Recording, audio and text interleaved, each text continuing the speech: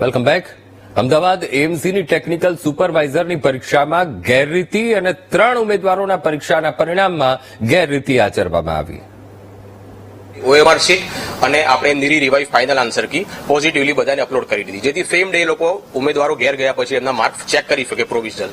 Provisional answer key આપ્યા પછી 10 દિવસનો આપણે સમય નોર્મલી આપતા હોઈએ છીએ, અને એની અંદર આપણે revise answer key final answer key મૂકતા હોઈએ છીએ. એટલે આ વખતે ફાઇનલ આન્સર કી મૂકી, એમાં પણ અમુક ઉમેદવારો એના થોડાક ક્વેરી મૂકી હતી.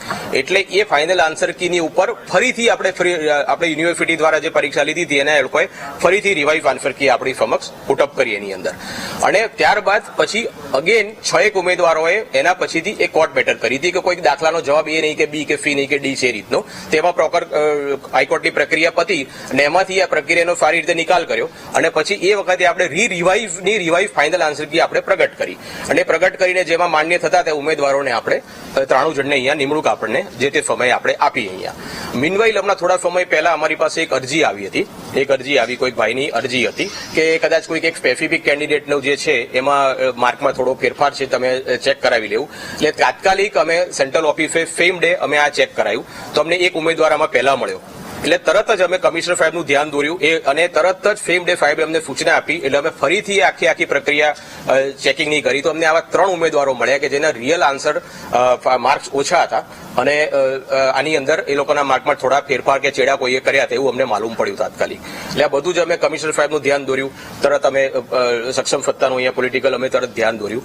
અને આજ રોજ આપણે એટલે શુક્રવારના સાંજના રોજ 3 ઉમેદવારો જે હતા, જે આ રીતે આમાં અમને માલુમ પડે કે જેના માર્ક સુધરેલા હતા, તો એના ઉપર એ લોકોને તરત ત્યાંથી નોકરીમાંથી છૂટા કર્યા છે. એ 3 ઉમેદવારો માટે હવે આપણે વેઇટિંગ લિસ્ટ નેક્સ્ટ આપણે ઓપરેટ કરીશું. અને જે ભાઈ જે આ સંભાળતા હતા, જેની પાસે ફાઇનલ બધું કોડ રહેતો હતો એની અંદર, એ ભાઈને તાત્કાલિક કમિશનર સાહેબે સસ્પેન્ડ કર્યા છે. અને મીનવાઇલ આજનો નિર્ણય એવો પણ લેવાયો છે કે આજે પોલીસ ફરિયાદ આપણે કાર્યવાહી આપણે એની શરૂ કરી છે.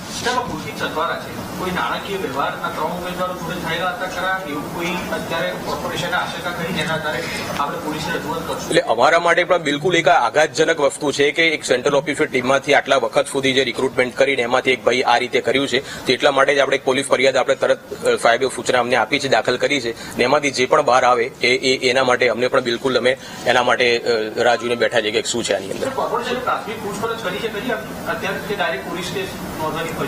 અમે 10 થી 12 દિવસ પહેલા એટલા માટે સેન્ટ્રલ ઓફિસની ટીમે કમ્પ્લીટ આ કેસ અમે ચેક કરેલી. એકની જગ્યાએ 3 અમને માલુમ પડ્યા, બાકી બધું ઓકે લાગ્યું પર્ટિક્યુલર આ ભરતીની બાબતમાં. એટલે તરત જ પછી બાકીની પ્રક્રિયા